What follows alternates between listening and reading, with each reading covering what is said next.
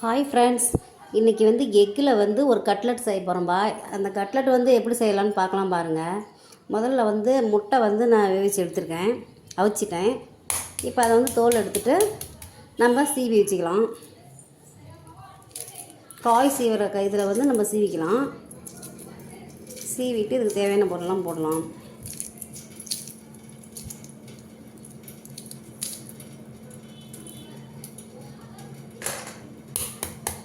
மூணு எக் எடுத்திருக்கேன்.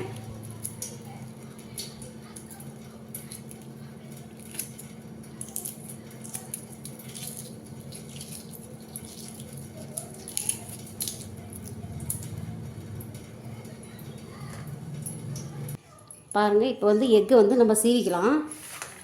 சீவி கட்லெட் எப்படி செய்யுதுன்னு பார்க்கலாம்.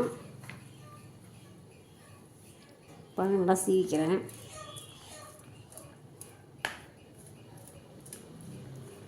இது மாதிரி எல்லாமே வந்து சீவி அதுக்கப்புறம் நம்ம வந்து அது கட்லெட்டுக்கு என்னென்ன போடுறதுன்னு போடலாம்.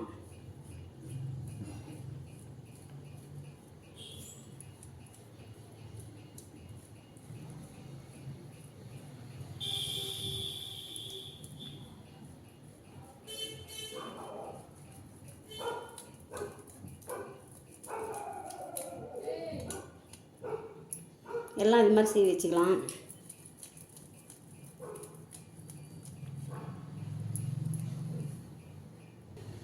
பாருங்கள், இதிலே வந்து ஒரு கேரட் வந்து நம்ம சீவி எடுத்துக்கலாம். ஒரு சின்னதாக ஒன்று எடுத்துருக்கேன்.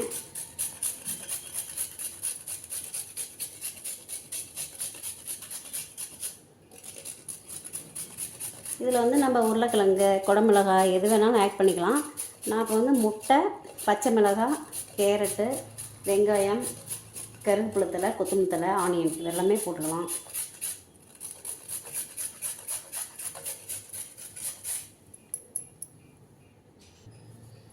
பாருங்கள், கேரட்டும் இதில் துருவிட்டேன். இப்போ வந்து ஒரு 2 பச்சை மிளகாய் போடுறதுலையே, அப்புறம் மல்லி இலை இதிலே போட்டுடலாம். கருவேப்பிலை தலையும் இதிலே போட்டுறேன். ஆனியன் ஒன்று கட் பண்ணி வச்சுக்கிறேன், அது ஒன்று போட்டுறேன்.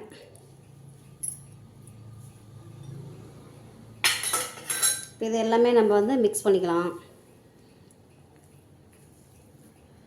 இதில் கொஞ்சம் வந்து நான் இஞ்சி பூண்டு பேஸ்ட்டு போட்டுக்கிறேன்.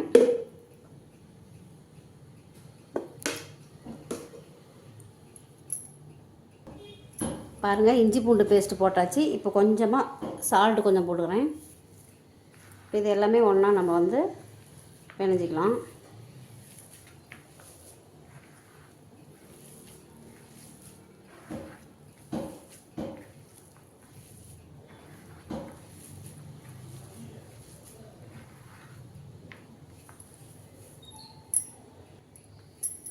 பாருங்கள், இப்போ அது எல்லாமே ரெடி பண்ணியாச்சு, எடுத்து வச்சாச்சு கட்லெட்டுக்கு தேவையான அளவு.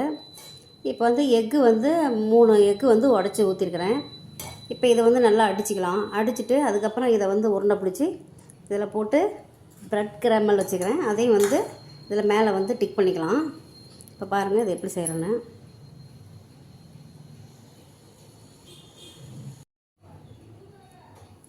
பாருங்கள், முட்டையை வந்து 3 உடச்சி ஊற்றிருக்கேன். அதுலேயும் இதை நல்லா அடிச்சுக்கலாம். அப்படியே ஸ்பூனில் நான் அடிக்கிறேன்.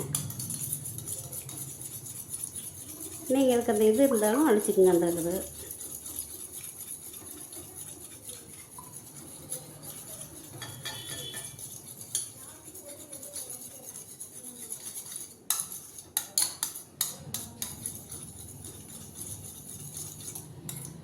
பாருங்கள், நல்லா அடிச்சிட்டேன். இப்போ வந்து உருண்டை பிடிச்சி நம்ம அப்படியே அதில் வந்து போட்டுக்கலாம்.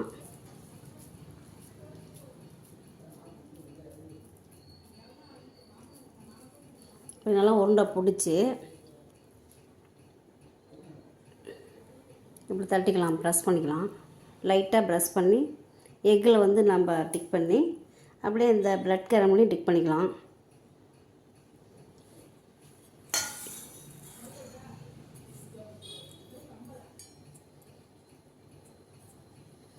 இதை வந்து போட்டு அப்படியே நம்ம எடுத்துடலாம். ஏற்கனவே இது வேக வச்சது தான்.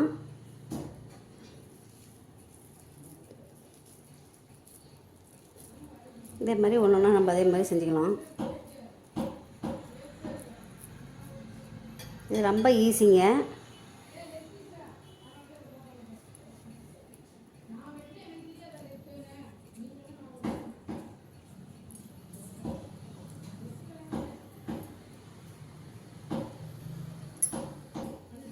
பாருங்கள், இதையும் வந்து நல்லா லைட்டாக இப்படி பண்ணி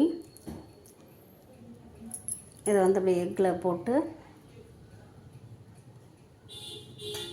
இதில் போட்டு லைட்டாக நம்ம எடுத்துடலாம். பாருங்கள், எக்கில் வந்து கட்லெட்டுக்கு நான் ரெடி பண்ணியாச்சு. இப்போ நம்ம வந்து இது எண்ணெயில் பொரிச்சு எடுக்கலாம். இது எப்படி இருக்குதுன்னு பார்க்கலாம். பாருங்கள், ஒரு தவா வச்சுட்டேன். இப்போ வந்து ஸ்டவ் ஆன் பண்ணிவிட்டு நம்ம வந்து இதில் இப்போ ஆயில் ஊற்றிக்கலாம். ஆயில் சூடு ஏறின பிறகு இப்போ எக்கு கட்லெட் பண்ணலாம்.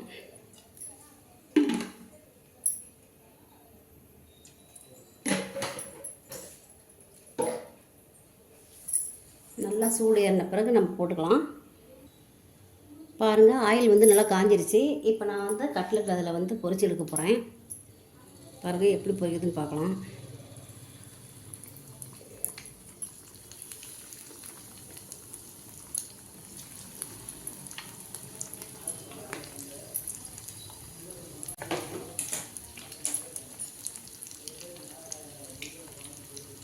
இது ரொம்ப ஈஸிங்க. எக்கு வந்து நம்ம எந்தெந்த இதில் சாப்பிட்றோமோ அந்த டேஸ்ட் வந்து ஒரே மாதிரி நம்ம சாப்பிட தேவையில்லைக்கு. இந்த மாதிரி ஒரு ரெசிபி வந்து இப்படி நம்ம செய்யலாம்.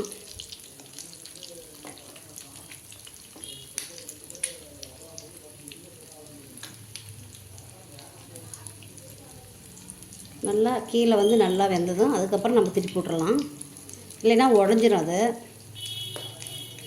லைட்டாக அப்படியே திருப்பி விட்டுக்கலாம்.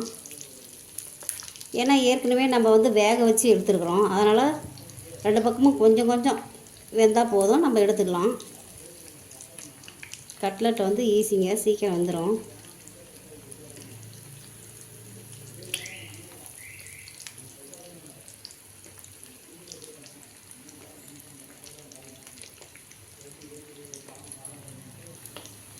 பாருங்கள், கட்லெட் வந்து நல்லா வெந்துருச்சு. பாருங்கள், இப்போ எடுத்துடலாம். நம்ம ஒவ்வொன்றா எடுத்துடலாம். சிம்மில் வச்சுட்டு எடுத்துடலாம்.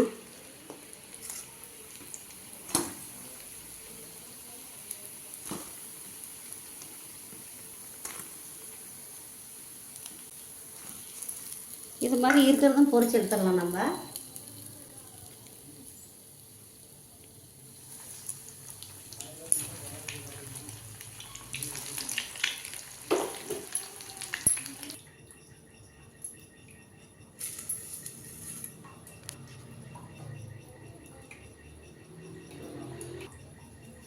பாருங்கள் ஃப்ரெண்ட்ஸ், இப்போ வந்து எக்கு கட்லெட்டு ரெடி ஆயிடுச்சு. இதை மாதிரி நீங்களும் செஞ்சு பாருங்கள், சாப்பிடுங்க. சாப்பிட்டு இது வந்து எப்படி இருக்குதுன்னு பார்த்துட்டு லைக் பண்ணுங்கள், ஷேர் பண்ணுங்கள், சப்ஸ்கிரைப் பண்ணுங்கள். தேங்க்யூ.